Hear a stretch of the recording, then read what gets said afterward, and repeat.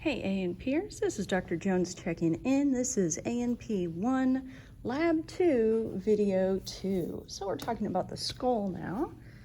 And here is our skull.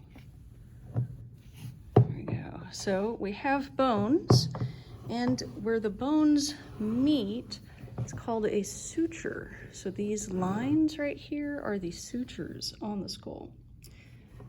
So this one is the first one on the list. It is the coronal suture, right here. And then the sagittal suture, which is right down the middle of the skull, so it is in fact mid-sagittal. And then in the back is the lambdoid suture. It's also called the occipital parietal because it's between the occipit bone and the two parietal bones.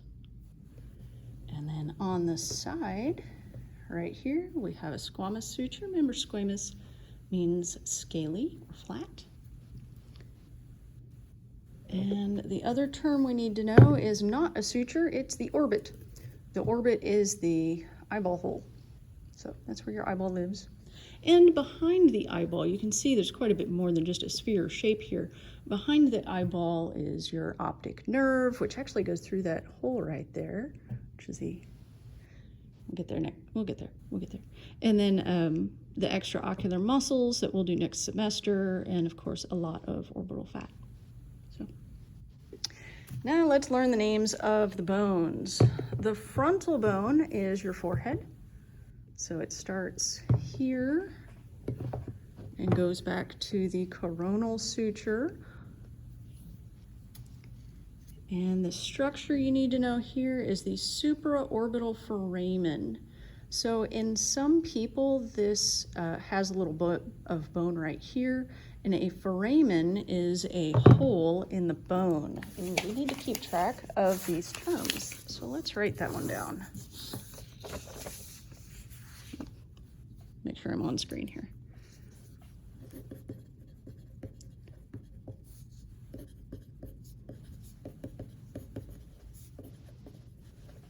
Foramen is a hole in the bone. The next term I'm going to give you is a meatus, and that's a hole in the bone. And a fissure,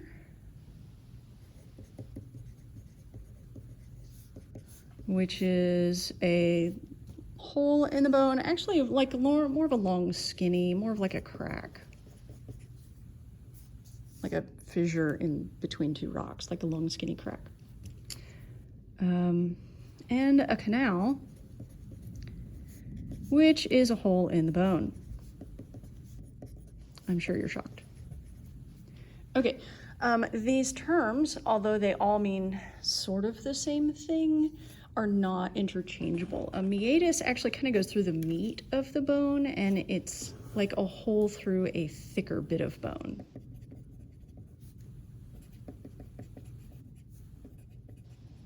There you go. Meatus. Again, not interchangeable.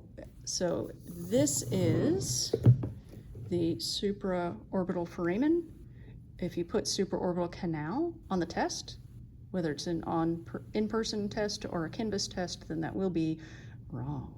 So there's that. Now on these models, it is not a technical foramen, it's more of a notch. So supraorbital notch is acceptable if you are taking this test with me. I'm making myself a note to make sure that I include notch, supraorbital notch, as a correct answer on the test. So, okay, next. So this was what bone? The frontal bone, and that's what?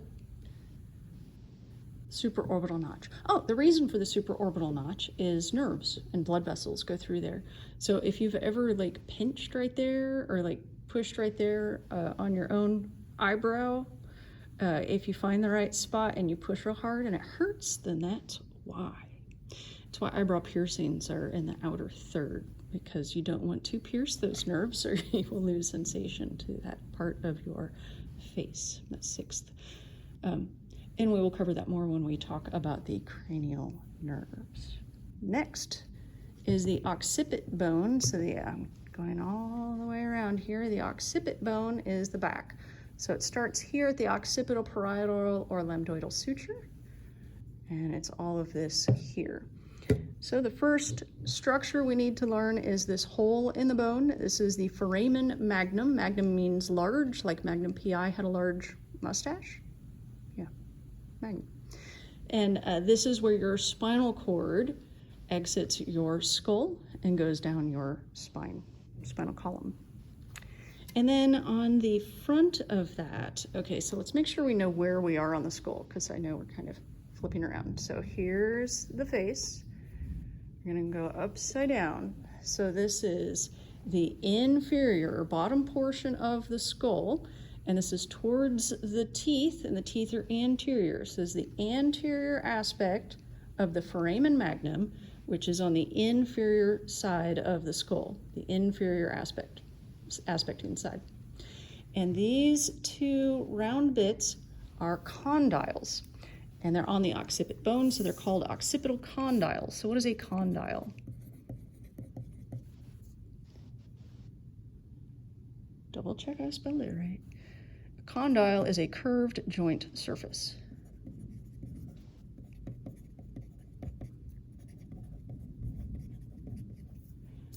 And spoiler alert, the bone that joins with is going to be called the atlas C1. And it will sit like this, and that's literally where your head meets your neck, where your head sits on your neck, and that's where you get your oh, okay, yeah, sure, great. And if you keep nodding, eventually they'll get the point and stop talking. But so these are the what's? Occipital condyles. And what's a condyle? A curved joint surface. And it's on the anterior aspect of the foramen magnum. The next term we need to know here, we're going to need a pipe cleaner for. So superior to the occipital condyles, so superior is towards the top,